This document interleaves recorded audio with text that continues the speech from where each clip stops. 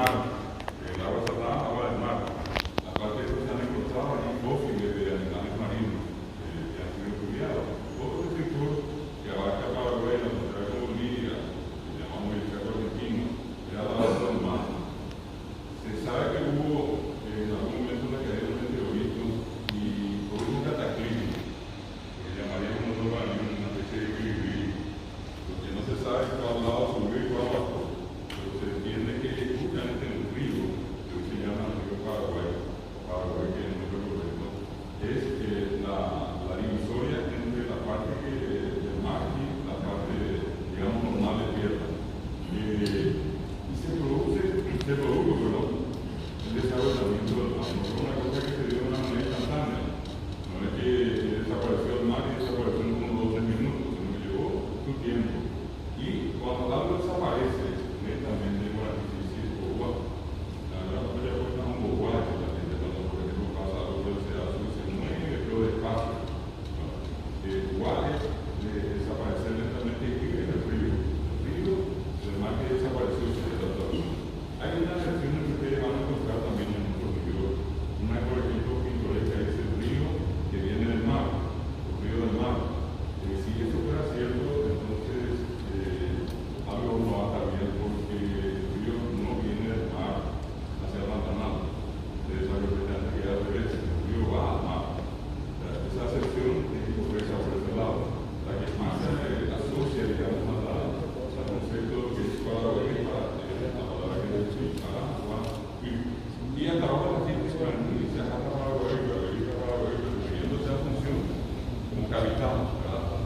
Sin embargo, este era el lugar donde llegaron los conquistadores, los españoles en particular, y en ese entonces se identificó mucho la función con Paraguay. También acá aparece el nombre de Urupaquí.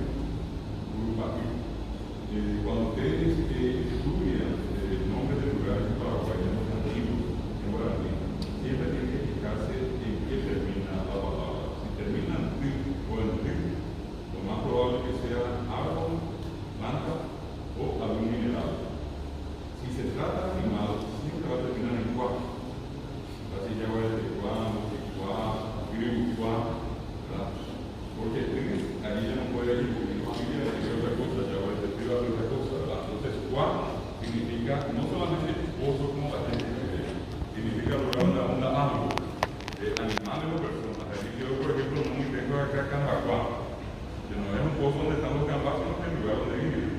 O así una palabra muy polémica para muchos, todo lo de seguir, ¿verdad? Entonces, en realidad la palabra es mal pronunciada, era que pasó a ser terrible la palabra gente. ¿Cuál? O sea, terminación indica el lugar donde hay igual y más de personas. Eso quiere decir gente, personas. Eso significa básicamente una población nativa indígena que vivía al costado de un río, a la vera de un río. Esa terminación del río, la L siempre tiene que ver con un curso que recuerda de una especie de coma que usamos para entre dos vocales.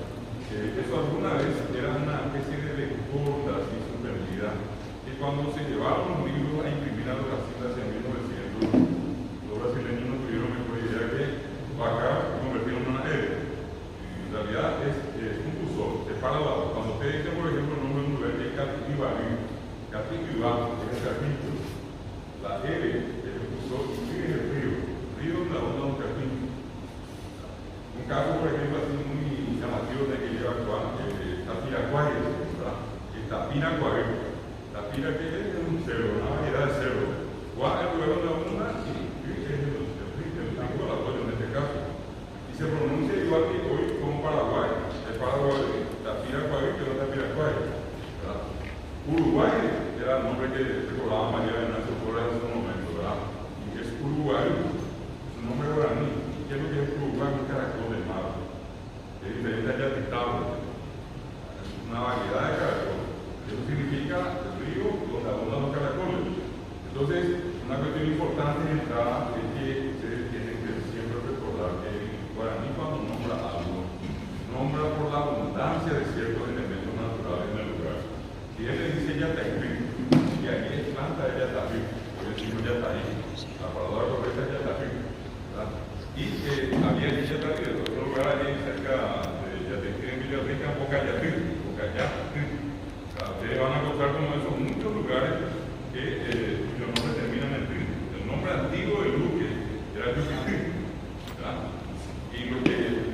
ustedes conocen aquí la separación de luz que era igual, está la torre y la R arroyo o agua salada o sal, ¿verdad? Y es una cosa notable, estos lugares ya tenían el nombre guaraní antes que lleguen los conquistadores, no es que llegaron los conquistadores y dijeron que lindo lugar vamos a llamar el Chuquipi, y dedicaban a guaraní, era maoísmo y guaraní, el arroyo ya tenía el nombre guaraní. ¿Y qué es lo que puede llamar la atención? Que los indígenas que le pusieron el nombre ya sabían que ese era un territorio salino.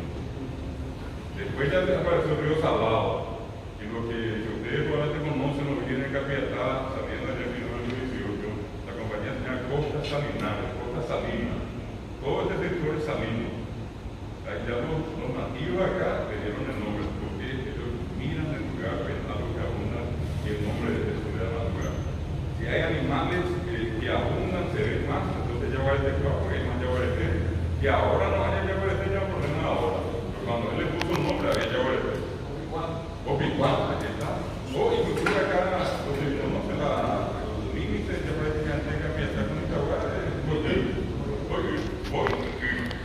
agua cae, eso es lo que significa. Entonces lo que ellos observan le dan el nombre. Itagua decimos el nombre. El nombre correcto era Itacuí. Cuí quiere decir persona. Por eso decimos la a cantar el himno guaraní. En el foro ustedes van a recordar ese yo que y eso quiere decir porque quiere que ya viva. Y yo le digo a cualquiera de ustedes en Yimbo, quiere decir pararse, estar erguido. No solamente quiere decir agua. Pues yo le digo en Yimbo, cualquiera entiende eso de nosotros, porque eso va a estar haciendo en la muerte. Entonces significa agua. Significa ponerse de pie, ¿qué más significa persona gente? Por eso decía serio que claro. Cuando nosotros, por ejemplo, decimos de dónde somos, alguien volaría decir seca agua suba, decimos ahora. La expresión correcta siempre fue que agua suba, así como ita, quiere decir la persona que vive en el lugar donde hay piedra. Lastimosamente se generó la palabra y quedó en el Itaúba, decimos ahora, pero Itaúba es la persona. ¿Qué Gabio más es la España en el Itaúba, que era la palabra, en el Itaúba, la mía es cuando ella se llama Itaúba, en el Itaúba. La Gabio más es en el Itaúba, ahora decimos en el Itaúba. La que quiere decir persona, gente. ¿Qué otra cosa más quiere decir planta o árbol? Por eso le hay que decir ya está Urupa, guapo, ampla, ya está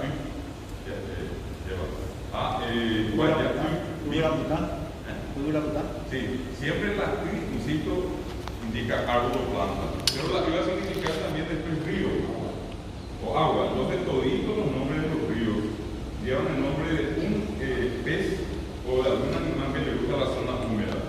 Ustedes ven en Paraná, allá arriba está la cara es el nombre de un pez. Abajo está el nombre de otro que se llama Mondaví, que no tiene nada que ver con Mondaví. Mondaví es el nombre de un pez. Abajo está Ñacundá, el ñacú es un ave que le gusta la zona húmeda. Da es el da y Cuí es el río. Abajo está Yatitá, abajo está Pirapé es dorado, el salmón. ¿Verdad? Allí cerca de Yola cae el famoso Yabebuí, dice la gente ahora. Era Yabebuí es la raya, la manda raya, Yabebuí. Y algo que ustedes habrán escuchado miles de veces cuando la gente suele pasar el estado de los caminos, siempre era un cerrado surubí a verde, agua de los surubí. Entonces, ¿qué es lo que el indígena dice con eso? Le está indicando qué es lo que más abunda en este río, no es que solamente es surubí. Pero después le decía, hay otros animales, por ejemplo, que no son precisamente ya peces, pueden ser insectos, inclusive. Ustedes van aquí de Oviedo hacia Santa Anita, están Cutuí, y estos son muy lindos los tábanos, ¿verdad? La esperanza ubicada en los árboles, así como pasando en Cutuí, está Ñaticurí. Ñaticún, la R usó y Ñaticún, río o la torre donde hay Ñaticún, ¿verdad? Entonces, le dice que se Capituibá. El nombre antiguo de San Lorenzo está en el arroyo que separa San Lorenzo de Capiatá, que es Tallazuapé. Y ustedes saben que Tallazú es un cerdo. Se dice que es el más cochino de los cerdos. Por eso la costumbre de nuestro papá y nuestra mamá es decir, esta gente es Tallazú. Hay plantas amayas, ¿verdad? Ese es Tallazú. Y Tallazuapé quedó ahora y es Tallazuapé. El camino de Tallazú, ¿verdad? Tallazuapé. Quedó inclusive un barrio de San Lorenzo hacia Ruta 1, kilómetro 14, que se llama todavía Tallazuapé. Un nombre antiguo. Después ya que vinieron los conquistadores y compañeros, nos pusieron los nombres de santos, ¿verdad? Allí, Piribehuí, fíjense, le dan las tres referencias. Piribehuí, Piri, ahora Tirá, Pirayuca y Piritú. La palabra Pirí se refiere a un tipo de punto de paca, ¿verdad? El nombre probablemente, porque hay apellido de Pirayú, que el apellido es Piriyú. Nosotros tenemos profesores de guaraní que se pusieron allí cuyo nombre es Piriyú. La palabra probablemente se degeneró. Y por la lógica que acabo de explicarles, normalmente no puede decir Pirayú porque es de Dorado. Dorado es del río. Allí lo que hay es un arroyo, ¿verdad? Lo que sí quedó el apellido, que probablemente sea el nombre original del lugar, Piriyú. Pirí, punto, la paca es más dorada. Y el otro Piribehuí, sería como una especie de punto liviano, paca liviana, ¿verdad? Y un poco más allá está el lugar que se llama Piritú, el lugar donde abundan los pirí. Bueno, como eso nosotros vamos a encontrar una cantidad muy importante. Lo que indígena nunca hizo fue ponerle su nombre a un lugar.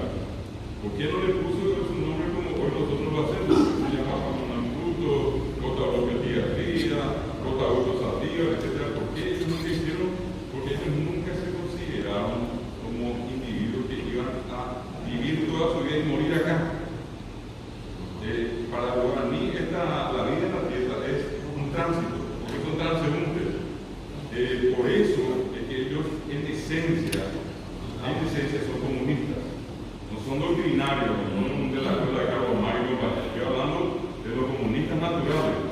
¿Y a qué me refiero cuando digo eso? La tierra no tiene dueño, porque en la tierra hay memoria. En la tierra estamos ahí, en la tierra es bastante lugar.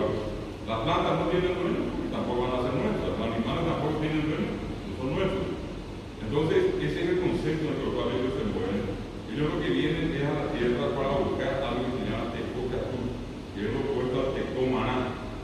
Tecomaná para nosotros hoy sería Tecoahí y el Tecocatú sería el Tecoponá. El vivir dignamente dentro de la ética, de una moral, eso sería el Tecocatú. Catú quiere decir perfecto, ¿verdad? Y maná quiere decir irregular, anormal. Fíjese que la palabra maná, por ejemplo, quedó en la región, en el nombre, nada más y nada menos que de la capital de la alta política brasileña, Itamaná, dicen ellos, y es Itamaná, se escribe con una I, que yo escribo con la I. Itá, piedra, maná, irregular de forma, lugar donde abundan las piedras de forma. Está en el Brasil. En Brasil está el más grande estado del mundo, Maracaná. ¿Y qué es Maracaná? Un loro, nombre guaraní. Usted dice Yacarepaguá, está Yacaré Obrero, Yacarepué, está Yacarepaguá, son variedades de yacaré. Ustedes van a San Pablo y van a encontrar una línea de ómnibus de transporte que se llama Urubú, y es Urubú. Ustedes van a ir a Curitiba, y que es Curitú, es una planta. Curitú era, y con el tiempo se degeneró y ahora lo reconocemos Curitiba, ¿verdad? Ustedes cruzan acá la frontera al lado boliviano y es una ciudad allí en el límite de Camiri, que correctamente pronunciada es Cajamirí, un monte pequeño, tierno, ¿verdad? Ustedes van acá, recordamos solamente el tema de la soberanía. ¿Dónde nació San Martín? San Martín nació en Yapeyú. ¿Cuándo nace San Martín? San Martín nace antes de la guerra de 70. Antes de la guerra de 70, Yapeyú era el territorio paraguayo. Y Yapeyú quiere decir, en realidad, así como ya se está en la gente, la traducción de todos de nuestro país de la luna, en realidad no es. Conversando con indígenas del lugar, con un anciano inclusive, es por la misma razón que acabo de decir, que él dijo que ayer la llamamos Calle, y yo le llamo desde la fecha él le tuvo que haber visto a la luna allí para llamarse ya en el campo. Y cuando yo hablaba con este líder, yo me decía, ya se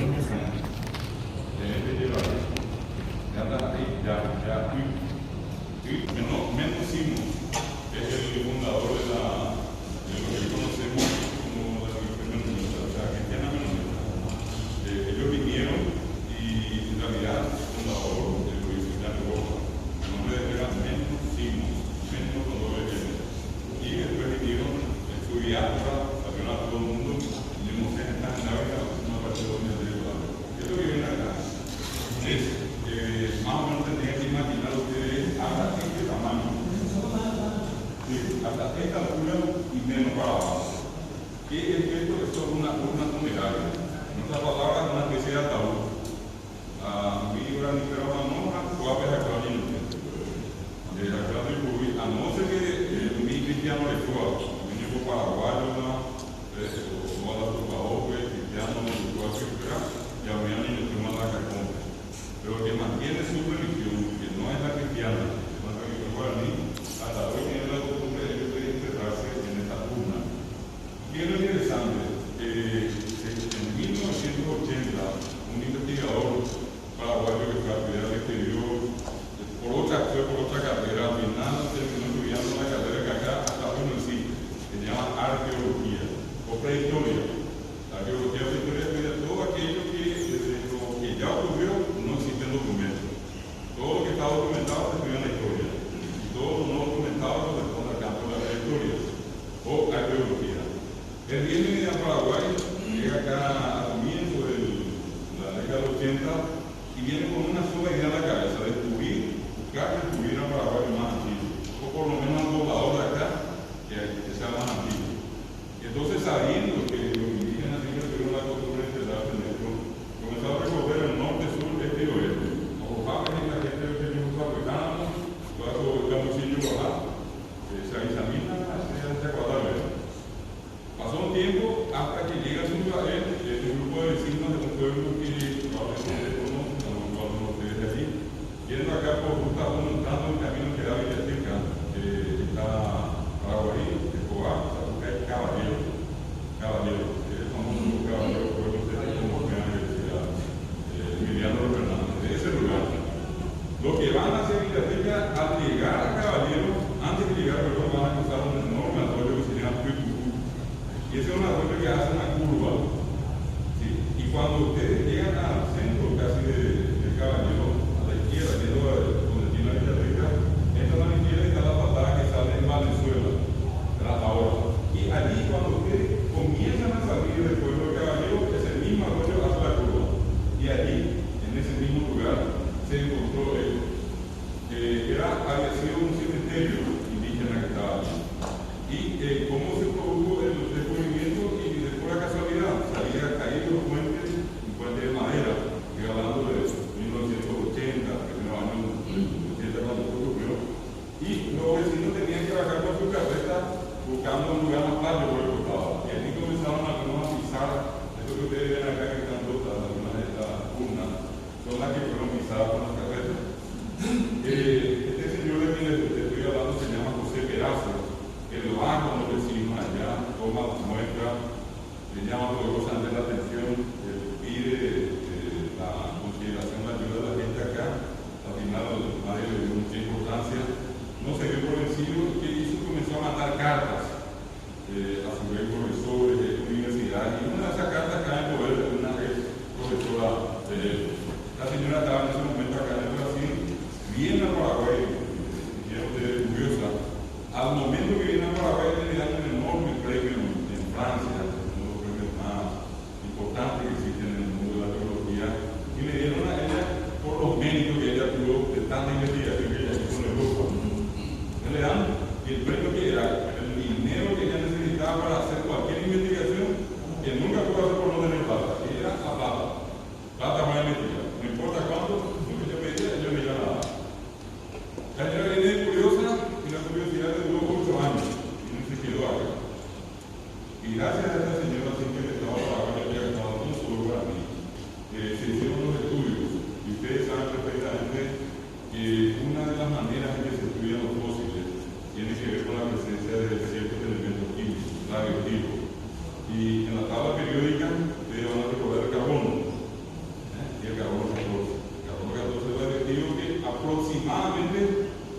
dura 60.000 años de desaparecer, ¿verdad? Y permite la medición de la edad hasta más o menos 60.000 años.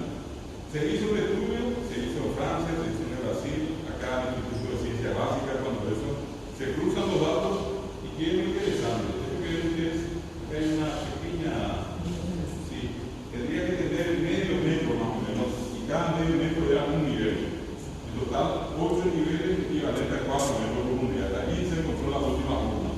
Y era como siguieron este terreno, la mitad del auditorio.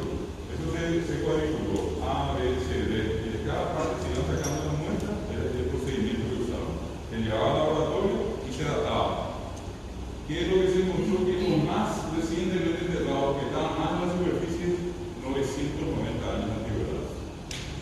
Aquellos 10 años no es nada, 1000. Ahora la función europea de 282 años. O sea, acá cuando llegaron los conquistadores, 500 años antes ya había gente viviendo allí. Y tenían la delicada costumbre de enterrar a sus muertos en urnas. Urnas que tienen, acá no se ven la siguiente imagen, van a ver. Tienen este borde ornamentado. La gente que hoy estudia esto considera que son los códigos de barro. Son imágenes, son rayas, oblicuas, horizontales, verticales, como quieran, de círculo, de todo. Y cada uno de los que morían llevaba hasta hoy la tradición de ponerle, eso sería como en vez de llevar, digamos, bueno, ¿y qué es lo más interesante? Que lo que está a 4 metros de profundidad, 3.620 años. 3.620 años. Para cualquier paraguayense que está acá, el abuelo más antiguo suyo tiene 3.620 años. Tendría que ser un motivo de orgullo. Los japoneses vienen acá y regalan, por ejemplo, una vasita y dicen, esto es de mi ancestro más antiguo, tiene 3.500 años. ¿Verdad? Y nos regalan una vasita a nosotros. Nosotros no tenemos, pero ahora tenemos una información. La pregunta es en qué libro de historia está, en ninguno. Es un dato oficial, es oficial. Los datos están chequeados o están chequeados. Es la zona del escritor para hoy. Parecido a ese caso pasó en el 2013 en la ciudad de Caldepa. Un terreno que donó la municipalidad para vivienda tipo con área.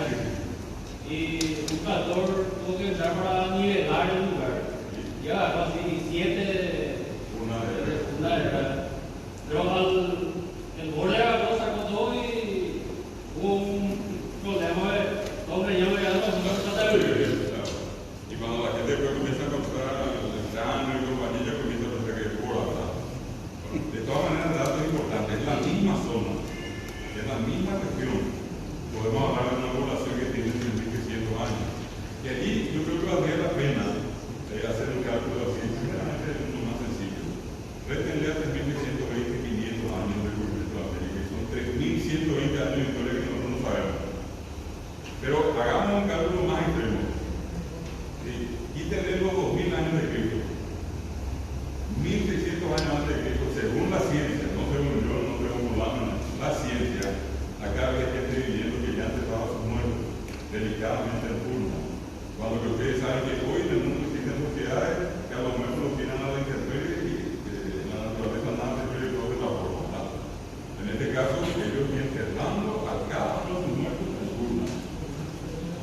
Claro, totalmente, y una cosa importante, si ustedes hacen historia comparada, que inclusive en este caso están hablando de historia reciente de la guerra, pero haciendo historia comparada, 1.600 años antes de Cristo, en el Valle de los Muertos, en Egipto, se empezaban a construir las pirámides.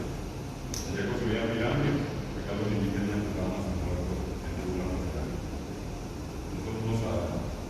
Lastimosamente no sabemos y obviamente nadie puede creer que lo conoce. Claro.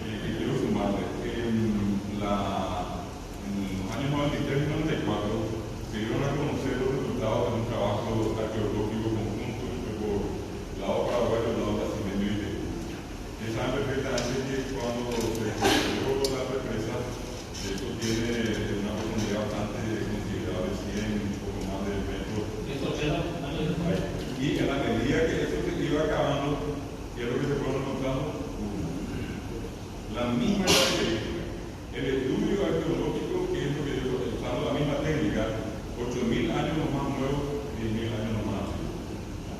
Estamos hablando de casi 6.500 años más que esto. Si ustedes tienen la oportunidad y pueden visitar o visitar la sorpresa de Iglesia, ustedes van a encontrar con esta imagen que está. Esa es la dirección que libren ustedes el borde que les dije. Ese es el que llegó a que le adornan, le ponen como una inscripción, no sé lo que hizo para muchos gobiernos, como un gobierno de baja.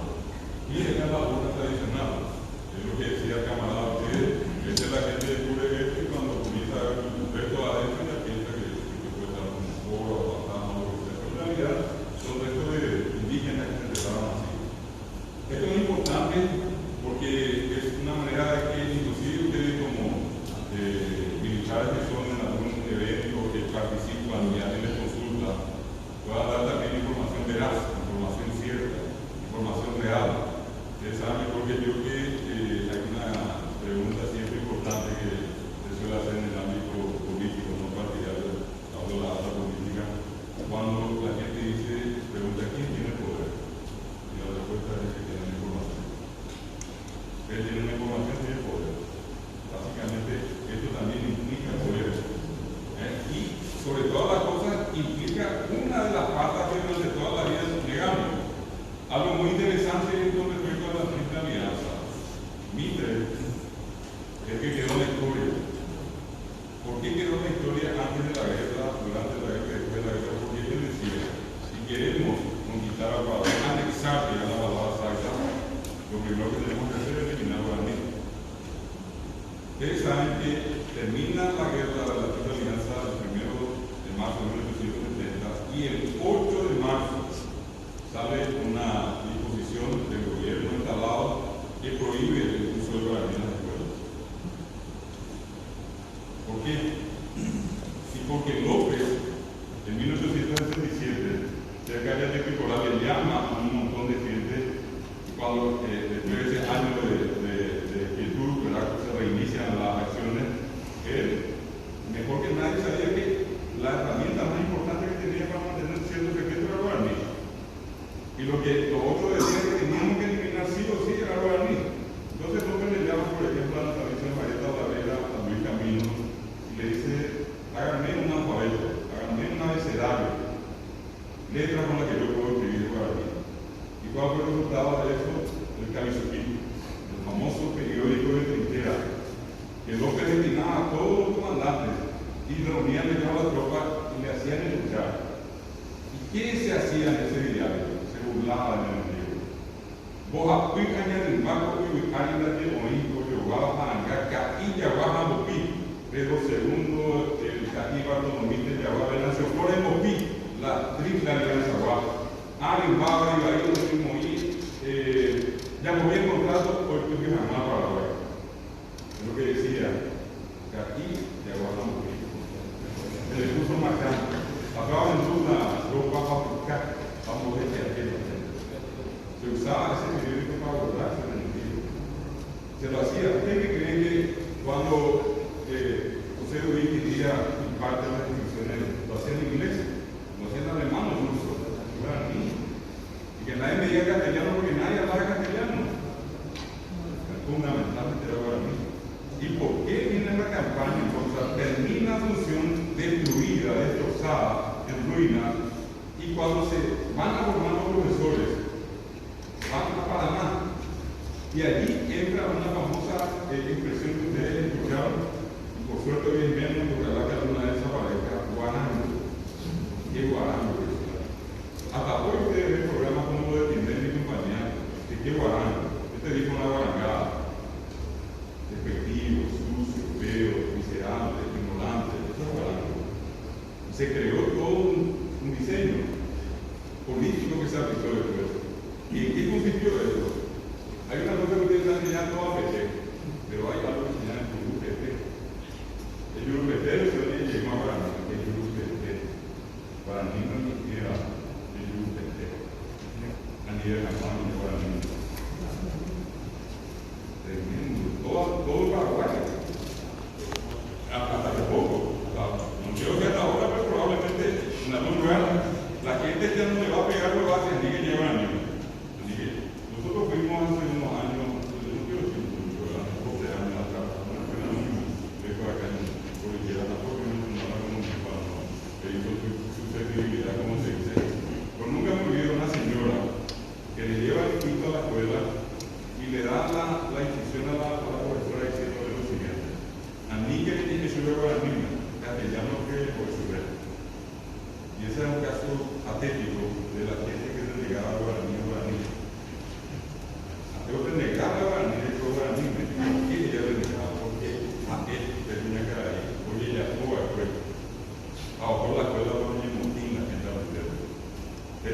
buscar que en la historia hay casos de las posguerras hasta un poco de gente que se arrodillaba por la guardia. Pero nada de ya aquí en la tierra, yo fui esa basura, abatí tu picutí. Tapita, yo tengo constancia de lo que digo. Van a escuchar ustedes, por ejemplo, el caso famoso de la gente que recorría el patio de la escuela. Entonces se le llamaba al estudiante que se le ocurría más por mí, se le decía que a los que le tenía que dar un bobo y un collar, ese cabello copete tenía que poner aquello ahí, ¿verdad? Y llegando ahí afuera, se ponía eso y tenía que recorrer el patio de la escuela repitiendo, no voy a dar más por mí, no voy a dar más por mí. Yo le conocí en Buena Vista, acá en Zapata, la escuela 222, que fui a hacer una charla con el grupo de profesores.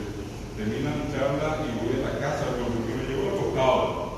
Y allí mientras él fue a hacer unas cosas, yo estuve hablando con su padre, un combatiente entonces de la guerra del Chaco, Almacena la vecina. Y estábamos hablando, me dice, la guerra de la vecina, y digo, pero yo me dice, yo soy profesor Granina, yo soy nunca se fue a la Granina, y digo, Y hablando, yo comencé a contarle, porque no me suma, ella te dio un peche, a mí la problema de la cuenta. Y en un momento el señor como que se molesta, así, no conmigo, pero con lo que yo decía, y me dice, recuérdeme, el materia no quiero reírlo. Y yo digo, ¿qué vamos a hacer? Ayúdame a entenderlo.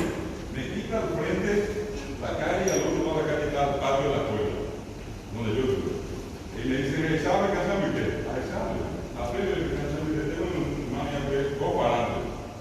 Siempre no le quiero hacer, usted sabe que está hablando de juego, pero está usted, mami, 3 meses. Por eso vieron la primera grado, por eso no entendí lo que iba a decir. No entendí lo que iba a decir. A la hora de director, con mi abuela que fue aquí, con un papelito. Era un papelito que era la orden que cuando ellos iban al almacén a comprar galletas, fideos, aceite, primero le entregasen al almacenero el papelito. Y en el papelito había sido que decía, si el niño le da la guaranía, dice el director de la escuela. La almacenero la tiene ya.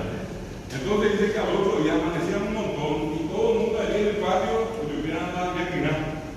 Ustedes ven, no me interesa porque estoy acá por hablar para mí. El combatiente de la guerra del Chaco. En una de esas se da la vuelta, sonríe y me dice algo impactante. El profesor me dice, legalmente por eso voy a dejar la regla. Como por no entender, voy a dejar la regla. Prohibido la guerra.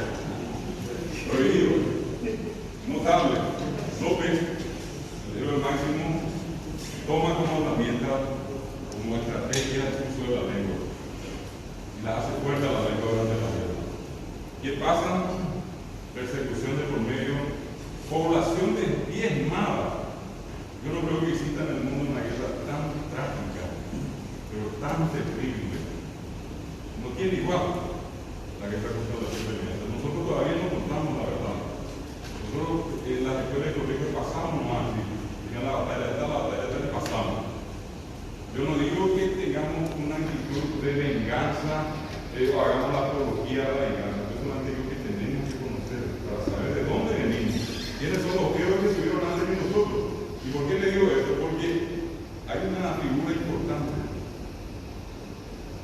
la mujer.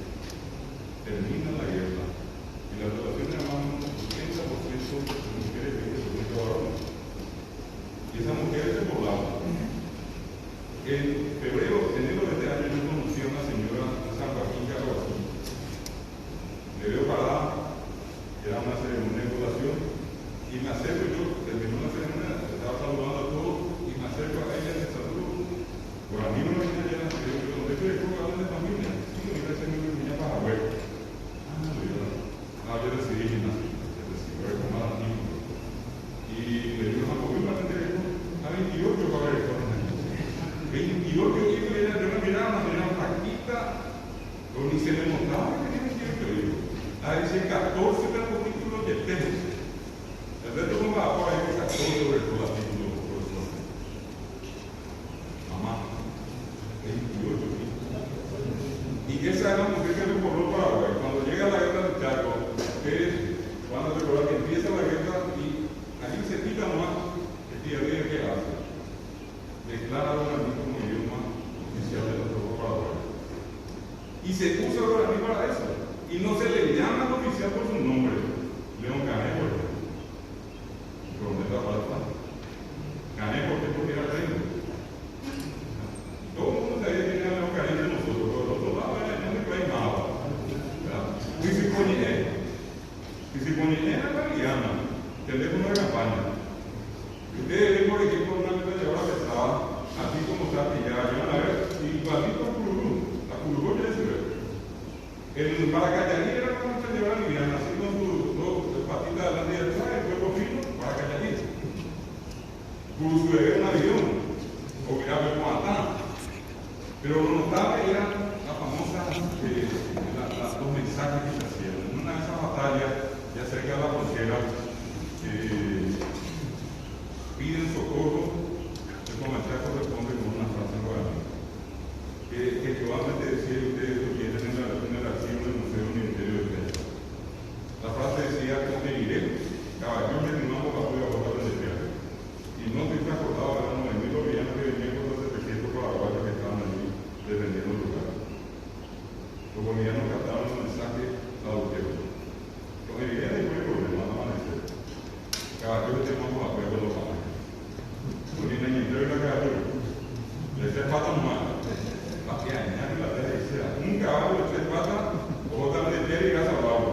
Al amanecer, un caballo, un solo caballo, de 3 patas, mutilado, viciado el caballo, va a ir a defenderte a todos. ¿Ustedes saben qué? Los gobiernos no se quieren defender.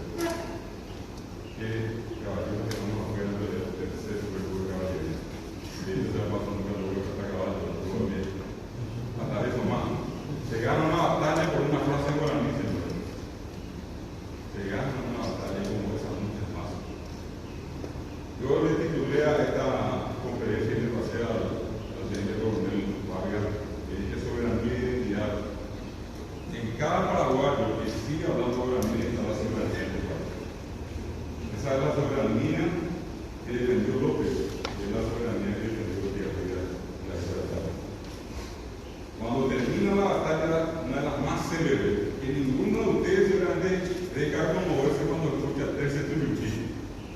No importa quién cante, pero escuchar Terce Tuyuquí es una cosa memorable, sorprendente. Nosotros a veces le queremos ver a Emiliano Fernández como un simple poeta.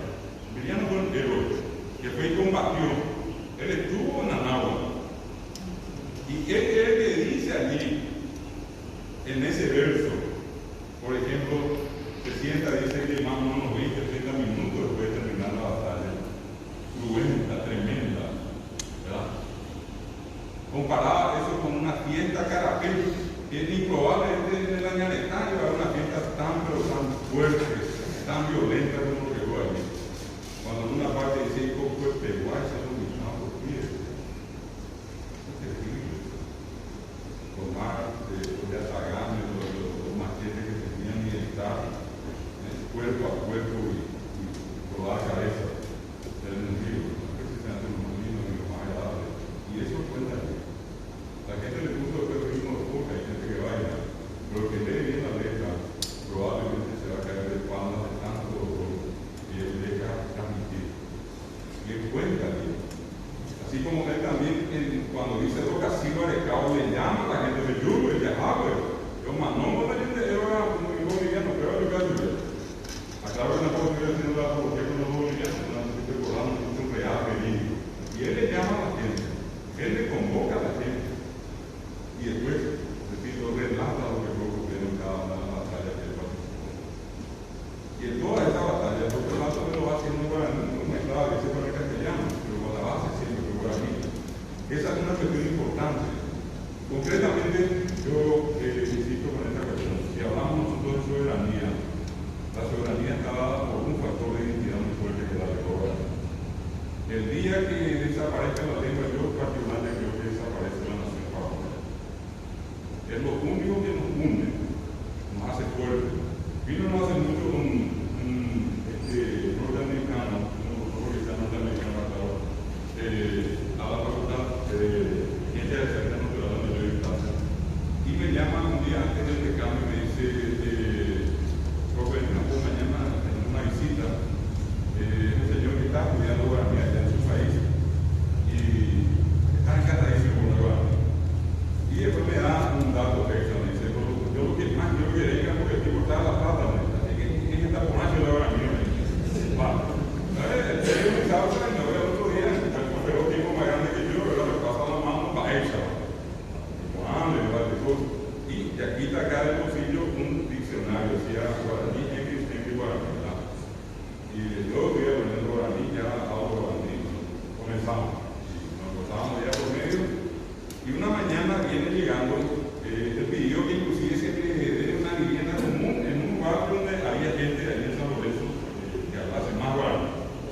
baile. Era un funcionario, en la casa de un funcionario, y había sido que este señor me invitó a ir a una reunión de la comisión vecinal.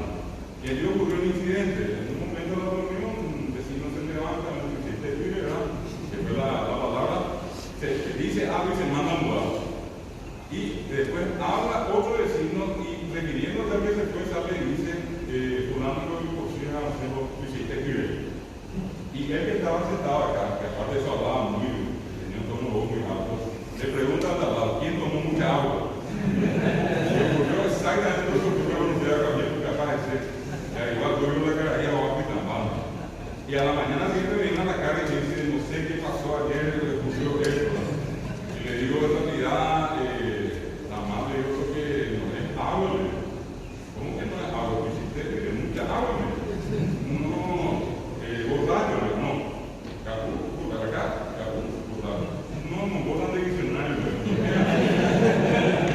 Le digo, no, es capú solo, tú hiciste tigre, tú hiciste memura, tú hiciste tartar, todo eso que va a hacer al final, se dio cuenta que todo lo que supuestamente aprendió, al final no sirvió para nada. Y esa es la forma que nosotros tenemos de comunicar. Acá, por ejemplo, la gente cuando, en muchos lugares, a mí me consta, probablemente a ustedes también, hay gente que no quiere referirse a la muerte llamándole por su nombre Manón. Nosotros decimos Popotí, Niña de Verdad, López Abadito, Sabrazú. Sí, exactamente. Como yo llego, fui, Pema, o por ahí, no nacional de Sahara. O ya me llama, o ya me escuchara, lo que sube de su mano. La salada hoy tenía que una menonita Caputi, ¿verdad? O Capuma, de tantas maneras, todas esas, cuando nosotros escuchamos a un representante que es la muerte, nadie nos tiene que explicar, no van a mí, no entendí con la idea. Cualquiera entiende con nosotros, ¿verdad? Entonces, eso significa que va a ser un plano, porque damos la palabra, no como la gente quiere que tenemos tal cosa, tal cosa, tal cosa, tal cosa, sino que nosotros creamos una forma de expresarnos tan peculiar, tan nuestra, que solamente nosotros entendemos. Y llega el momento que él me dice a mí, yo no sé qué voy a hacer, yo pensé que sabía para mí, yo voy muy desilusionado porque no sé para mí. Entonces yo le digo, quiero que se moleste conmigo, pero si usted quiere hablar para mí como una vez, tendría que nacer acá. No, espero que no se moleste, yo le estoy diciendo la verdad, que tendría que nacer acá para entender lo que es este país. La gente que vive acá, cómo trabaja, cómo vive, y todo eso se trae para mí. Voy a la siguiente parte, una última para, después lo pongo a disposición para todas las consultas de aquí. ¿Por qué es importante? Por una cuestión histórica, es la lengua que nos identifica socialmente hablando, y el factor de identidad más fuerte que tenemos, por más que hablemos argentinos, los bolivianos, los brasileños, los uruguayos también, pese a todo eso, acá está el epicentro, acá donde se habla y se entiende lo que. Y repito, en estos ejemplos que yo puse tienen la demostración de por qué fue tan importante que en el ámbito de la milicia, en el ámbito militar. Si hoy miramos nosotros en Paraguay, en términos demográficos, se calcula que del 100%, todavía un 37% habla y entiende solamente la lengua. 37%. Ustedes van a tener en la tropa que ustedes tienen a buscar un montón de gente que habla la lengua. Solamente para mí. ¿Y qué es lo que van a hacer? Van a tener que hablar para mí, por supuesto. ¿Por qué? Porque es su idioma. Y es idioma oficial. Es un idioma que todos tenemos que usar constitucionalmente hablando. Entonces, 50% de Paraguay se declaró bilingüe. Entre ellos durante muchos de ustedes y yo. ¿Y por qué le digo muchos de ustedes y yo? Porque nuestra primera lengua fue guaraní. Después aprendimos castellano. Voy a poner un ejemplo de algo que me tocó a mí de cerca. No sé si a algunos de ustedes les pasó lo mismo. Yo nací en Asunción, a los pocos meses, mis padres tuvieron que ir a un lugar muy retirado, que era Zapata, y me figuran el mapa, se llama YouTube. Y yo, decía YouTube como decir más o menos invierno, ¿verdad? La última que estoy por acá me va a dar razón. Y yo vivía otra vez más allá, unos cuantos kilómetros adentro. Iba a vivir un lugar que seguramente conoce, que está hacia la zona de Hielo. Cuando me crié aquí,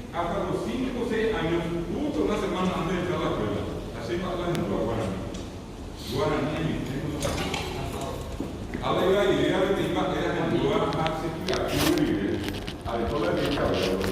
Allora, vedi quando